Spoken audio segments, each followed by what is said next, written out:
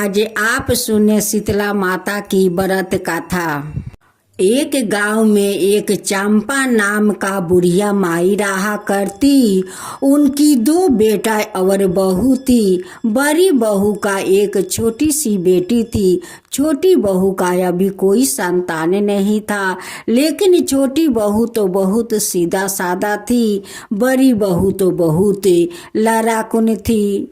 उनकी दोनों बेटा का नाम, बड़े बेटा का नाम सूरज था और छोटा बेटा का नाम सरजुगे। बड़ी बहू का नाम भागपति थी या छोटी बहू का नाम धनपति थी। चंपा का दोनों बेटा अपना माँ को बहुत बड़ा भक्त था। माँ को सारा काम करता, कहना मानता, जो माँ कहती वही दोनों बेटा करते। एक दिन सरजू का माँ खाना खाकर सो गई थी। सपने में माँ शीतला आती है और उन्हें सपना दिखाती है। कहती है कि चंपा तू सो रही है, उठ उठ देख कौन आई है, तू देख।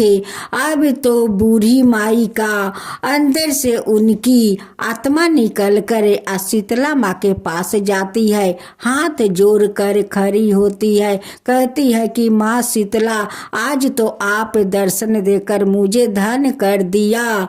शीतला माँ कहती है कि देख चंपा, जो खेत में तू अन्न उगाती है उसी जमीन के नीचे मैं दबी हुई हूँ। तू जा उस खेत का खोद कर मुझे निकाल और मंदिर बनाकर मुझे पूजा कर। जब चंपा का अंगी टूटा तो चंपा अपना दोनों बेटा बहू को सपना को बात बताती है। कहती है कि सपने में माँ शीतला आई थी, जो जमीन में हम लोग अन्न उगाते हैं उसी जमीन के नीचे दबी है। वो बोल रही थी कि मुझे वहाँ से खोद कर निकाल कर वहाँ पर मंदिर बनाकर तू पूजा कर। बड़ी बहू अपना सासू माँ के बात सुनकर चिल्लाने लगती है। अपना पति से कहती है कि सुनो जी, देखो अपना माँ को सपना को लेकर दौड़ा दौड़ी मत करो। सपना कभी सच नहीं होता है। अगर हो भी जाता है तो जो खेत में हम लोग अन्न गाड़ते हैं खाते हैं वो मुखिया जी के है। अगर मुखिया जी जान गए कि उनकी जमीन में शीतला माई आई हुई है और उनकी खेत से हम लोग उखाड़ते हैं तो मुखिया जी हम लोग का घर तो छीन लेंगे, साथ साथ खेत भी छीन लेंगे। हम लोग कहाँ जाएंगे, क्या गाड़ेंगे, क्या खाएंगे। अब तो बड़ी बहू अपना पति पर बरस पड़ती है। कहती है कि देखो मेरा बात सुनो, अगर मेरा बात नहीं सुनेगा, अगर मुखिया खेत और घर छीन लिया, हम लोग का रास्ता पर आकर भीख मांगना पड़ा, तब तुम समझ लेना मैं अपना शरीर में आग जलाकर मैं यही पर जल कर भस्म हो जाऊंगी। सूरज अपना पत्नी को बात सुनकर तो रोक गया, वो तो नहीं जा पाया। अब तो सरजुग कहने लगा कि मैं तो अपना माँ को सपना तो जरूर पूरा करूँगा। मेरी माँ के देखे हुए सपना को जरूर मैं देखूँगा। छोटी बहू अपना सासू माँ का खाना ले जाती है। जब सासू माँ अपना मुंह में पहला निवाला लगाती है तब इन शीतला माँ को धंधा देखती है कि शीतला माँ आकर कह रही है कि देख चंपा, मेरा मूर्ति उस जमीन में दबे हुए है और तू खाना खा रही है। यही धंधा देखती है तो वो अपना मुंह में निवाला नहीं लगाती है। छोटी बहू उनकी सासू माँ को नहीं खाना खाने से वो उदास हो जाती है। जब सरजुग आता है कहता है कि तुम इतना उदास क्यों हो, तब कहती है कि माँ जी काल से कुछ नहीं खाई है। जब मैं खाना लेकर जाती हूँ तो थाला में वैसे ही खाना रह जाते हैं। जब से माँ जी शीतला माँ के सपना देखी है तब से माँ खाना पीना छोड़ दी है, उसलिए मैं उदास हूँ। अगर माँ जी नहीं खाएगी तो उनकी शरीर तो दुबला पतला हो जाएगा। सरजुग कहने लगा कि मैं अपना माँ को खाना खिलाऊंगी। माँ तो मेरी बात सुनती है, मेरी बात कभी इनकार नहीं करती है। सरजुग जाता है और वो निवाला लेकर अपना माँ को मुंह में खिलाता है। माँ खा लेती है। सरजुग अपना माँ से कहने लगा कि माँ तुम चिंता मत करो, तुम्हारा सपना देखा हुआ मैं जरूर पूरा करूंगी। जरूर उस मिट्टी को खोद कर माँ शीतला को निकालूंगी। माँ तुम चिंता मत करो। जब सरजुग कुदाल लेकर जाने लगता है तो उनकी पत्नी कहती है कि मैं भी आपके साथ चलूंगी। हम दोनों मिलकर माँ शीतला को मिट्टी के नीचे से खोद कर उठाऊंगी। उनकी घर में एक कुत्ता था। वो कुत्ता का नाम वो लोग मोती रखा था। मोती वो लोग के साथ साथ जाता है और मोती जाकर जहाँ पर माँ शीतला का मूर्ति गड़ी हुई थी वहाँ पर अपना पैर से माटी खोद कर दिखाता है कि यही पर माँ शीतला का मूर्ति दबे हुए है। दोनों पति पत्नी जाकर वहाँ माटी खोदना शुरू कर देता है।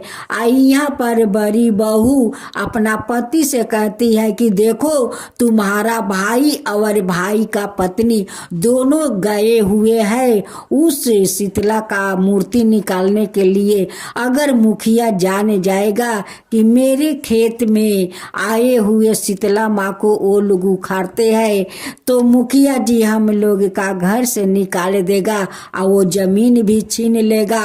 देखना हम लोग रास्ते पर आकर भीख मांगना पड़ेगा।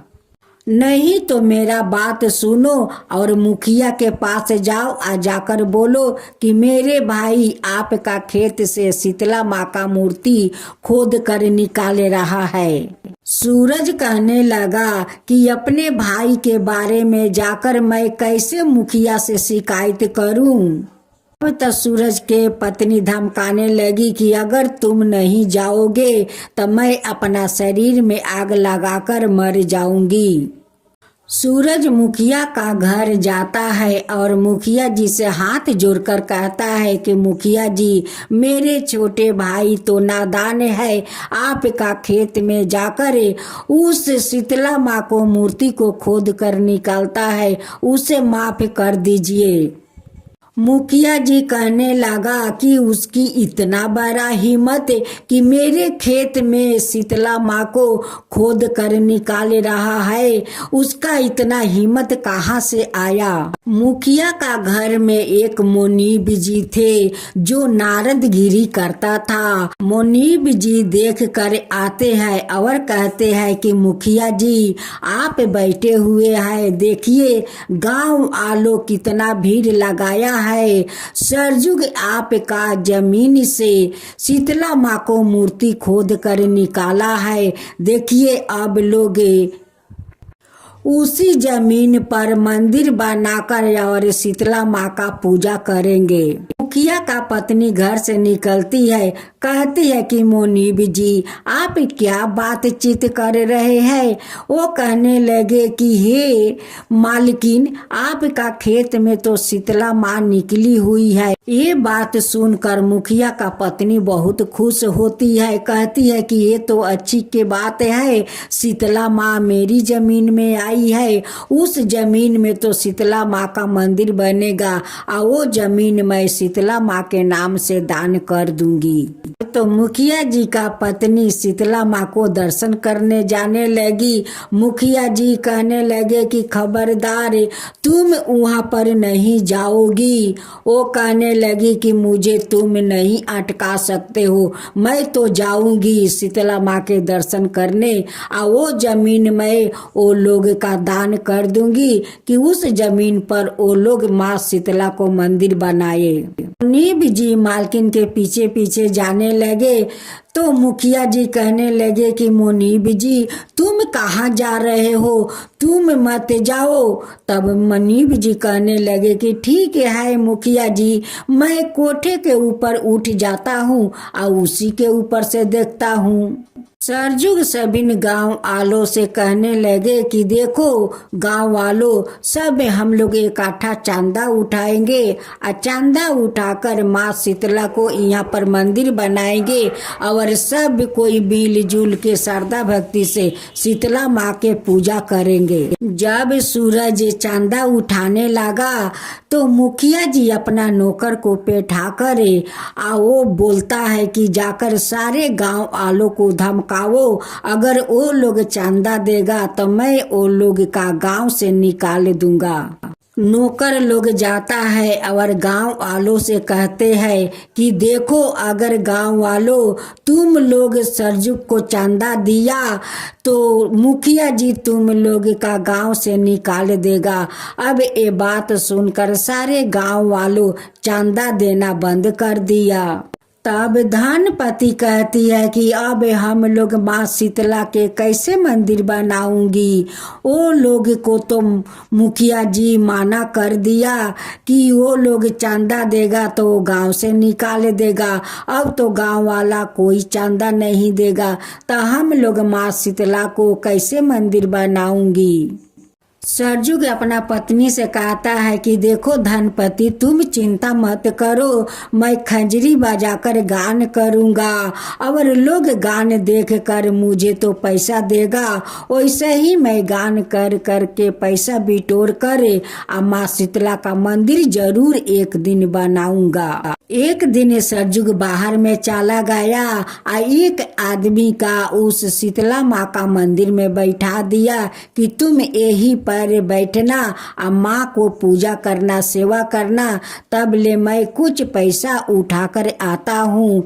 उसी समय मुनीब जी और मुखिया जाते हैं और उस आदमी को बेहोशी को दवा सुंघा देता है, वो वही जगह बेहोश हो जाता है। मुखिया और मुनीब जी मिलकर माँ शीतला का मूर्ति उठाकर एगो कुआं में फेंक देता है।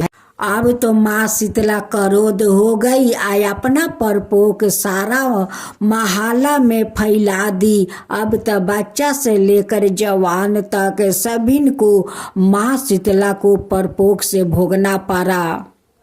इधर सूरज का पत्नी का भी माँ शीतला परपोक दिखाई, वो भी पीड़ा से तड़प रही थी। कहने लगी कि अब सहन नहीं हो रहा है, सहन नहीं हो रहा है। उनकी पति नीम का पाता ले आता है और उनकी शरीर पर डोलाता है। छोटी बहू और उनकी सासू माँ एक झोला में नीम का बहुत सारा पाता लेती है और घर घर जाकर शीतला माँ के भजन गाती है और सभी को नीम को डाल देती है कि इसी नीम के डाल अपना बच्चों को डोलाओ। धनपति और उनकी सासू माँ शीतला माँ को भजन गा गा कर मनाती है। जब शीतला माँ मान जाती है अपना परपोक फिर वो आपस ले लेती है, सब लोग ठीक हो जाता है। तब सरजुग आते हैं अपना घर लौट कर, लेकिन सूरज का पत्नी को तो रस्सी जल गया लेकिन रस्सी का ऐंठन नहीं छूटा। सूरज अपना पत्नी को बहुत समझाता लेकिन उनकी पत्नी समझना नहीं चाहती। वो कहने लगी कि सुनो जी, कान खोल कर सुनो, इस घर में किया तो मैं रहूंगी और नहीं तो तुम्हारा भाई। अगर तुम्हारा भाई इस घर में रहा तो मैं छोड़कर चली जाऊंगी। ये बात सरजुग सुन लेता है और कहता है कि भाभी तुम घर छोड़कर क्यों जाओगी, मैं इस घर के छोड़कर चला जाता हूँ।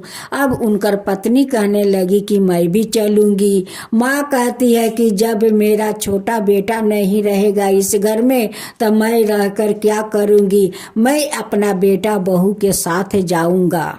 फिर बड़े बेटा कहने लगा कि जिस घर में मेरे भाई और भाई का पत्नी और मेरी माँ नहीं रहेगी उस घर में मैं भी नहीं रहूँगा। सूरज अपना छोटी बेटी को ले लेता है और कहता है कि चलो बेटी हम लोग चाचा के साथ चलते हैं। सरजुग कहने लगा कि नहीं भैया, आप तो मेरे लिए राम हो, आप भाभी मेरे लिए सीता माँ है। आप क्यों जाओगे मेरे साथ? आप भाभी के साथ रहिए भैया, भाभी के साथ रहिए। बड़े भैया नहीं मान रहे थे। तब सरजुग अपना भैया को कसम धरा देता है कि भैया मेरा कसम है, आपको यही रहना होगा। अब तो बड़े भैया कहने लगे कि भाई तुम कैसा कसम धरा दिया मुझे। सरजुग अपना माता और पत्नी को लेकर घर से तो निकल गया। एक आदमी था कि सरजुग का साथ कभी नहीं छोड़ा। वही आदमी उनकी पत्नी और माँ को अपना घर ले गए और कहने लगे कि आज से यही घर में आप लोग रहे आप लोग का कोई तकलीफ नहीं होगा। अब उनकी माँ और पत्नी वहाँ पर रहने लगी। एक दिन सरजुग बाहर में फिर से चला गया और उनकी माँ का बहुत जोर का तबीयत खराब हो गया। अब तो उनकी पत्नी के पास कुछ भी नहीं है कि वो अपना सासू माँ को दवा लिया कर खिला सके। सरजुग का पत्नी गर्भवती थी। वो देखती है कि मेरी सासू माँ को तो बहुत तबीयत खराब है। दवा के लिए वो माटी काटा में जाकर माटी काटने लगी। जब माटी काटा समाप्त हो गया, सबको पैसा दिया। एक आदमी उसी मुखिया के आदमी था, वो उसकी डाली माटी को गिरा देता है, हाथ में लिए हुए पैसा मारकर मिट्टी में गिरा देता है। अब तो सरजू का पत्नी रोते हुए घर आ जाती है। उनकी सासू माँ कहती है कि बहू आज पैसा नहीं मिला। वो कहने लगी कि नहीं माँ जी, पैसा दिया और उस मुनीब जी हाथ में से मारकर पैसा मिट्टी में गिरा दिया। एक दिन सूरज अपना माँ और भाई का पत्नी को देखने आता है। आकर देखता है कि वो लोग का हालत खराब है। अब सूरज अपना माँ और अपना भाई को पत्नी को लेकर अपना घर आता है। अब तो बड़ी बहू अपना देवरानी को जले हुए रोटी खाने के लिए देती है, घर में नौकर जैसे काम करवाती है। तब उनकी छोटी देवरानी कहती है कि दीदी, जले हुए रोटी सासू माँ कैसे खाएगी, एक अच्छा भी रोटी दे दीजिए। कहने लगी कि जले हुए रोटी आदमी को मिलता नहीं है, तुम्हें दिया है। तो कहती है कि सासू माँ जले हुए रोटी नहीं खाएगी। 2 और रोटी देती है, कहती है कि ले गरम गरम रोटी ले जाए, सासू माँ के खिला दे, ये जले हुए 2 रोटी दे मुझे। देवरानी कहती है कि दीदी, सासू माँ सूखे रोटी कैसे खाएगी, थोड़ा सब्जी हो तो दे दो। कहती है कि सब्जी नहीं है, वही सिलपाटा पर देख थोड़ा चटनी है, वहाँ से ले ले या सासू माँ को खिला देना, खुद जले हुए रोटी खा लेना। बड़ी जेठानी सोचने लगी कि देखता हूँ कि तू कैसे अपना बच्चा को जन्म देती है। देख तेरा बच्चा को पेट में नहीं मार दिया तो तू कहना, तुझसे इतना भारी भारी काम करवाऊंगी, इतना भारी भारी कि तेरे पेट के बच्चा पेट में ही मर जाएगा। सूरज बाहर से आता है, मंदिर बनाता है। मंदिर बनाने के बाद सभी लोग पूजा पाठ करेगा। तभी मुखिया अपना मुनीब जी से कहते हैं कि देखो, जब ये मंदिर बन जाएगा तो हम लोग एक बम लिया कर मंदिर के नीचे रख देंगे, बस बम फटेगा और मंदिर गिर जाएगा। अब तो मुखिया वही किया कि बम लिया कर मंदिर को नीचे रख दिया। बम जब बरास हुआ तो मंदिर सब गिर गया। मुखिया का शैतानी के चलते उनका संतान कभी नहीं हुआ। अब तो शीतला माँ क्रोध हो गई, सारा दुनिया घर में आग लगा दिया। अब तो माँ का प्रकोप से कोई बच नहीं पाता।